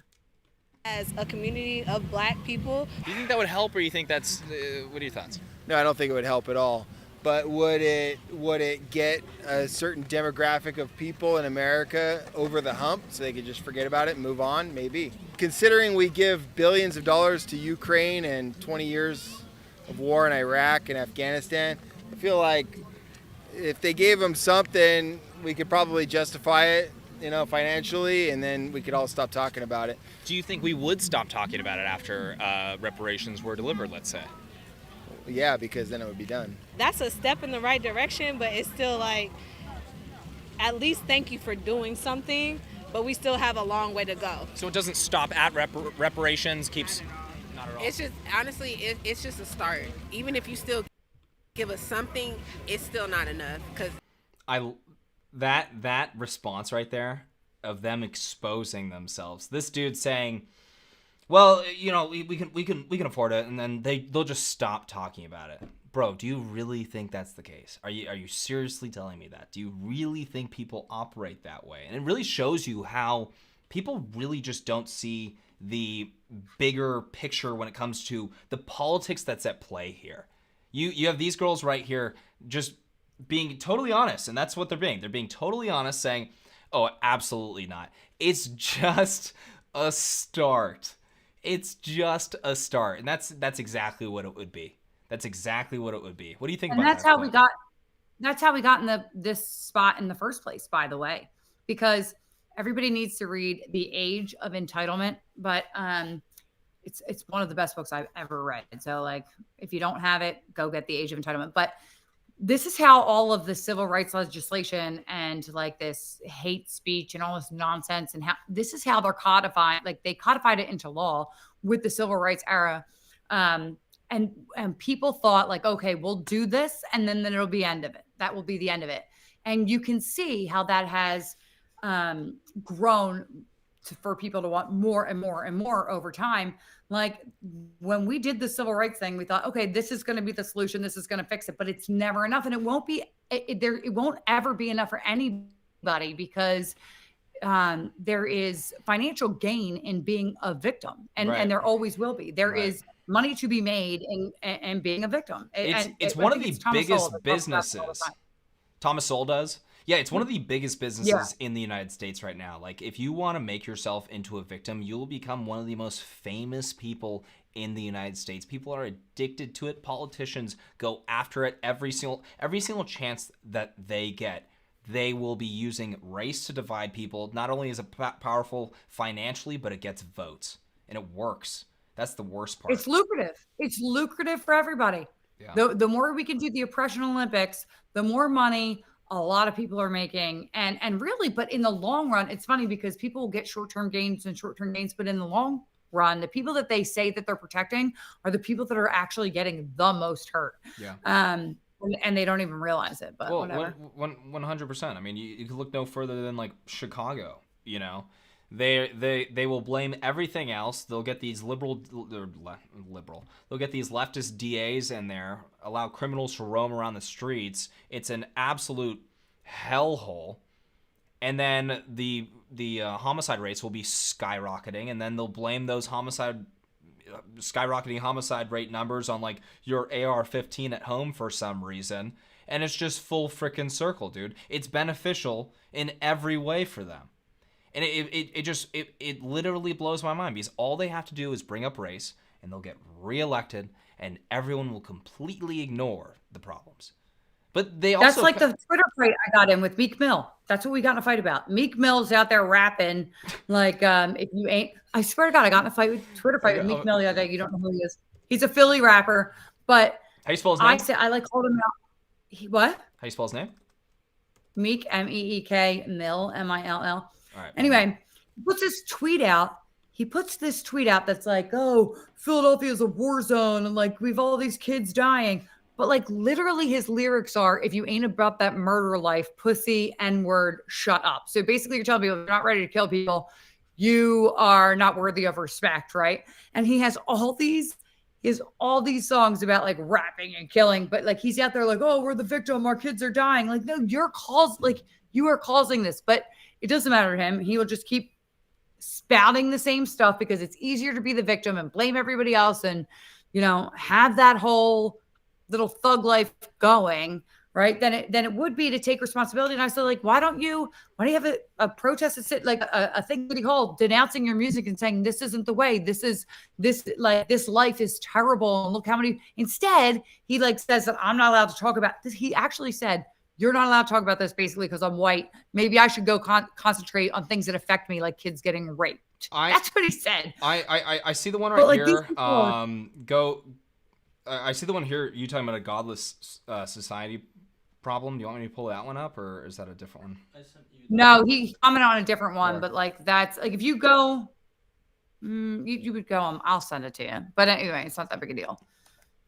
I don't have it open. Big Chicken's he was like, never mind, I'll tell you later. All right, we'll but my point is that they all say the same thing. There's stuff like the victimhood mentality and the woe is me and everything's happening in our cities. Like it's your own problem. Like it's not because of anything that like white people are doing to you. You're the one that's out there tweeting and singing about like murder life, and all of a sudden it's white people's fault. I've had enough. Well, it's this culture that's been glorified. They allow criminals on the street. They glorify culture that destroys communities. And then, it's everyone else's fault. That's great. John O'Rourke, super chatted. They say that 100% of prison transfer requests are trans women wanting to transfer to women's prisons. Also, 60% of the transfers are locked up from prison sex crimes. Your thoughts, Klug and Lisa. Thanks, dudes. We'll appreciate the super chat. I 100% should. Who says that? 100% of prison transfer requests are trans women wanting to transfer to women's prisons? So let's just say they have been having a problem with that. I don't think it's 100%. Well, it's probably a big number, because I don't know how many people are trying to do that. Okay. By the way, that tweet finally came through. It took like forever to open that for some reason. Also, 60% of transfers are locked up from prior sex crimes. Your thoughts? Well, I mean, I think that's another one too that they're trying to fight for. They're trying to fight to get more. They just like they're trying to do with women's sports. They're trying to do with women's prisons. And obviously, we've seen that is an incredibly bad idea. These people are delusional, and when they're putting somebody that's violent around other women, like, geez, all day we should be standing up for women in prisons as well. They have a right to be in there and not be, raped by a dude, don't they? I mean, geez, how is that controversial at all in Minecraft? Sorry for my brutal language, but I mean that's true.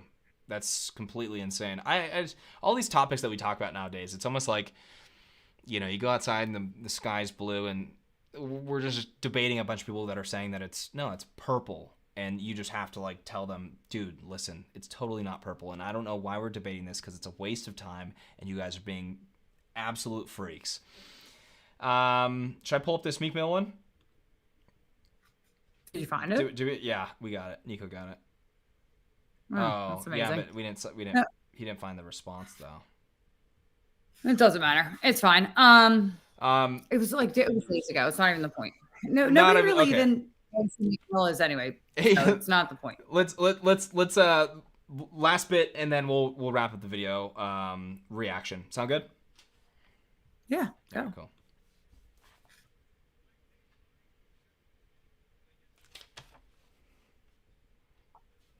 Shit. Why do you guys say no? I don't really see a difference now. I still wasn't back on. Like that's what they're getting? I guess so, yeah. That sounds dumb. Wouldn't you think that's a little dumb? Why do you guys say no? I don't really see a difference now. I mean, I'm for it because it's free money, but for one, I'm for it, and two, I feel like everybody should, actually get out here and get a job and not just get money just handed to them. I feel like sometimes people should. Well, his two sounded a lot better. Pay because, like, who should pay? This sounds so cold, but unfortunately, white people. Why is that, do you think? Listen, this is why I say, because Native Americans, African slaves, and Hispanic people built this country, and white people got the credit for it. Like, literally, we did all the work. They built the country? Money's gonna help, but it's not gonna fix it, you feel me? Some people have brought up, do you think that the hundreds of... Lisa, the building the country argument, that whole 1619 Project argument, that is one that is really... That argument has really made it into the streets. You know how, like, when I talk about how they just need a little catchphrase and that's all they need? They don't need any explanation. They need a 3 to 5 word catchphrase and that will spread like wildfire. Well, they built the country spreads like wildfire. And it literally means nothing. It literally means nothing, but they just say it. It's like, you guys built the whole... Really? You guys built the whole thing? Now, Americans built it. Black people obviously were a part of that. But it is that I might do a separate video just on this because of how common that argument is. It's unbelievable. I'm just tired of that argument. Like, it's, we learn about things in school, and like as we were growing up, and there's a way to balance it, right? Like, there's a way to say these people contributed and these people contributed, and here we are. Like, there were like Frederick Douglass, like when he was, like his books and his writings and all, they went out of favor for so long because it wasn't like relevant to the conversation. And like, he was brought back in about the 50s, like his writings and stuff were. And that's because there was a conscious effort to like bring him back because race again became a hot topic. And like, people are forgetting that we have already done like a conscious effort to do inclusion in these things. What they're trying to do is like make white people the bad people and erase them. Kind of like when I was watching like the Gone with the Wind today, and we've got that huge disclaimer up there that like this, racism was wrong and it was wrong then and it's wrong now. And like, nobody's even thinking of that. Like my 5-year-old was talking about a book about wrong like, now. Like, really? Like, nobody agrees with that that's watching Gone with the Wind. But like, kids are reading these books that like, okay, everybody in the classroom's white and there's this one black kid and, that kid's got made fun of and how horrible it is. I'm like, my kids aren't thinking about that, right? So my son's like, we've had brown people at our house. He was talking about Savannah Hernandez, right? And he was like, the reporter, right? And he's like, we like brown people, mommy. And I'm like, yeah, George, like, don't let... Like, the books and the introduction of these things are what gets that stuff in their head first. It's like designed to categorize them. Right. Like, they would have never thought about anything. They would have never been like, oh, I like her or don't like her because that would have never happened. Like, but when they met Savannah, right? Like, they weren't like, oh, she's a brown girl in our house. They weren't like that. They're like, oh, that's Savannah. She's a lot of fun and she's great. Like, it's this leftist narrative that's pushing that stuff onto our children and into our society. It's not, and the more that they try to force it, the more actual pushback they're going to get, and the more division there's going to be in the long run. The problem that a lot of people have with these conversations is when you push back at this and say, dude, you're literally doing the whole divide and conquer concept. You're getting people to be aware of each other's differences and make that define who they are. And you start that at a very young age. So now they see that. Now they ask mom questions like that. They're just absurd. Like, dude, who cares that little Timmy over there is brown? Like, go be friends with him, whatever. Is he a cool kid? Does he not? Is he like well behaved? Great, go hang out with him. But when it right, I don't even know. It's getting late. Like, I don't even know what I was getting at. What was I Yeah, just I'm saying? getting tired. I had a rough time. I'm so tired today, more than usual. I was on a sick one. Hold on, I had a good point there.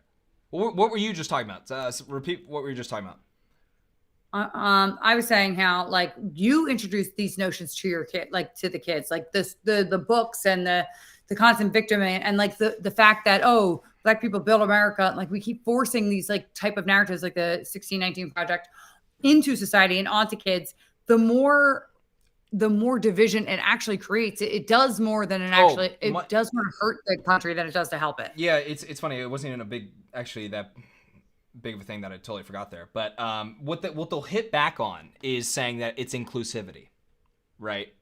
It's Right. it's division with wearing the mask of inclusivity. And that Right. that argument right there, 100%. as long as you tell a bunch of parents that it's inclusivity, but oh, okay, that's great. Meanwhile, they're brainwashing your children to see one another based on race and then cast judgments on that. Let's say, oh, Yep. Timmy over here has white privilege. That's the next step. Once you've taught them that each of you are different and all of that stuff, and you're not just you're not taught to just have a united front as Americans, but to see each other for your differences, they're already in the door at that point. How crazy is that? So true. So true. Well, I'm gonna play one more bit, and then we're gonna probably wrap things up here. Sound good? So I was feeling so sick and tired today, so I'm glad. All right. People that died in the Civil War to end slavery, do you think that was payment enough or no?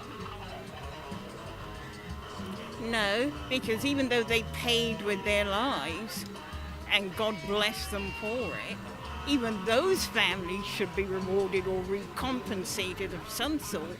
Maybe those people get reparations as well that fought in the Civil War? Absolutely, indeed.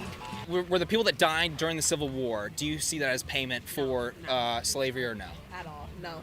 No. I mean, people died during any war. Was that payment during the first Civil War?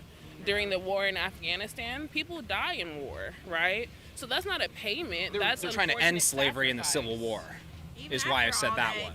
Right. Do you think that was enough payment? I ain't gonna lie. Yeah, it was. You think so? Yeah, I guess so. Okay, I love the girl's response. Oh well, she's like trying to make it super sophisticated. Oh well, are you talking about the first Civil War? What?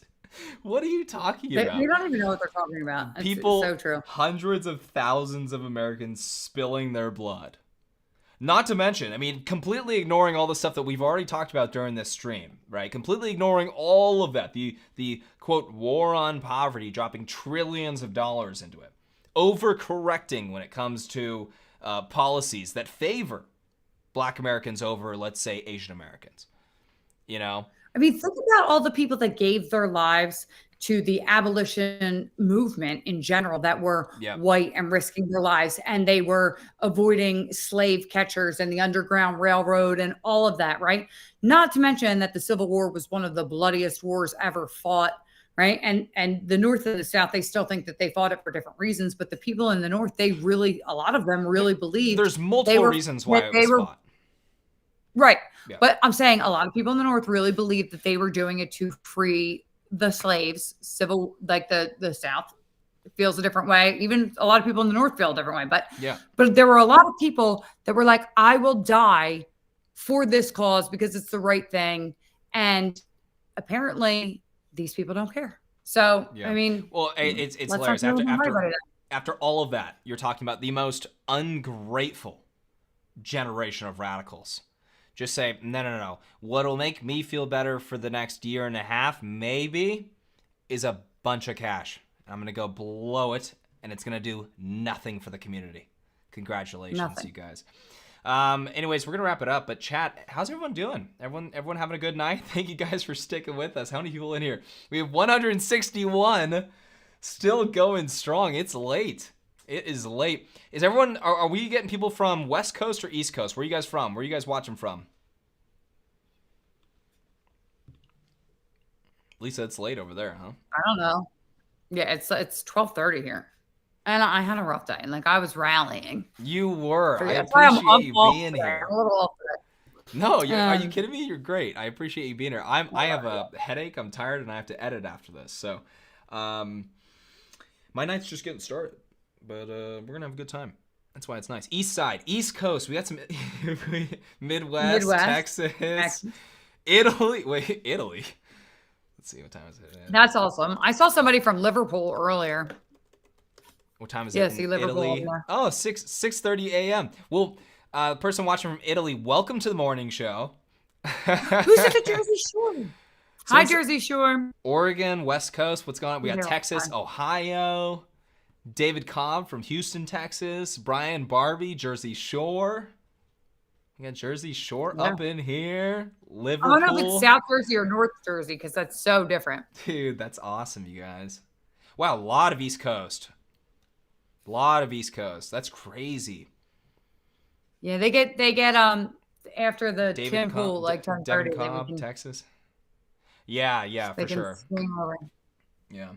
Well, you guys, we're gonna go ahead. Huntington Beach. Oh, there you go. Well, I'm actually not from Huntington Beach, but that's close. I'm watching from the Rocky statue downtown. Dude, so I have a condo Is it right like across the Philly? street from the Rocky statue. You know, South Jersey's even better. My mom's from Wildwood Crest right now. Well, that's where she retired. You know, Queens loves Wildwood. Really quick, fun fact. There was a video that we were supposed to do a long time ago. Trump is not a racist, I think, when I was in Philly. And we were supposed to go to the Rocky statue, but Lisa wanted to go to a Black Lives Matter protest. And then she ended up getting assaulted there. Lisa, do you remember that? I feel like we talk about that every Oh, yeah, I got assaulted. I got come. Let's be. We're like victimizing me a little bit too much. It was a hair pull by a little boy Antifa weirdo, and we did have to. Bad at making YouTube titles. It was West Philly, and there were a lot. It was probably one of the most times I've seen like a lot of black bloc like all lined up. Remember when they were lined up across the thing and the bike cops had to like escort us out? For sure. Yeah. They were like serious. They For were sure. serious in black bloc. Yeah. Yeah. It was bad. Oh, we got a Sith Lord Todd coming in there with probably the last super chat of the night. We appreciate you, Sith Lord. MVP, Sith Lord Todd. For all those that want free this and free that, I suggest you go to USA Debt Clock. Yeah. Saddling future generations with endless. Straight up. So, every single news out, they should be forced. Every single news outlet should be forced to have that clocking, like ticking on the bottom of their screen, just so people don't forget how effed we are. Excuse my language, but that when people are freaking out about the virus and everything like that, like people should be also freaking out about things that are going to be imploding the nation. We are going to collapse into ourselves like a dying star if we don't do something about In that. 10 years. Yeah. In 10 years, we have like a very much we sound like retiring climate population. Alarmists right now. 10 years. No, but like we do have a climate. We do have a retiring population right now. And in 10 years, the Social Security Trust will be empty. It will be defunct. It will be done. And we are not doing anything to reform Social Security. We're not doing anything to protect our retirees or the people that already paid in. But and you know what happens every single time a politician tries to? Yeah, well, that's the problem that they're having. Like, no politician wants to actually bring it up because they'll be the one that cut Social Security. They won't be reelected, but they're like everybody's in for like this instant gratification. Like nobody's gonna have anything in 10 years. Well, yeah, So- people would rather play politics than actually fix the country. And the thing is, like, George Bush actually, I forgot first term, but George Bush, they were talking about ending that. And what happened was the left was making arguments saying, oh, well, he's going to get old people killed. And that's where the conversation goes, right? You can't do anything about it. You can't do anything about it because the other side, and I guess just I don't know if the right, I think the right would actually be like, okay, cool, let's do something about it. The left can do they're going to kill old people. Everyone will sound the alarms. The media lapdogs will hop right in, and the country will be freaking out, and it'll actually hurt Republicans in the next election, or at least in the current polls at the time of the conversation. Like it was close to detrimental for George Bush. And I don't think I can't say I don't think Trump did anything about it. I don't think anybody's really talked about it because the counter argument is you're trying to get old people, killed. It's political suicide. Anybody who touches it, it's political suicide. Yeah, it's political Even suicide. for like people that are Republicans, they get really upset. Oh, you're going to raise the limit to 70 or 72 or 85. And they're like, I paid in for that. That's not what I paid for. We have to find a way to take care of our retirees and take care of the people that already like put their investment in and then stop it because it's not sustainable. It's like a pyramid scheme and it's going to bankrupt the company. And there's going to be a lot of people who are really bad off because they're not going to be able to pay to live.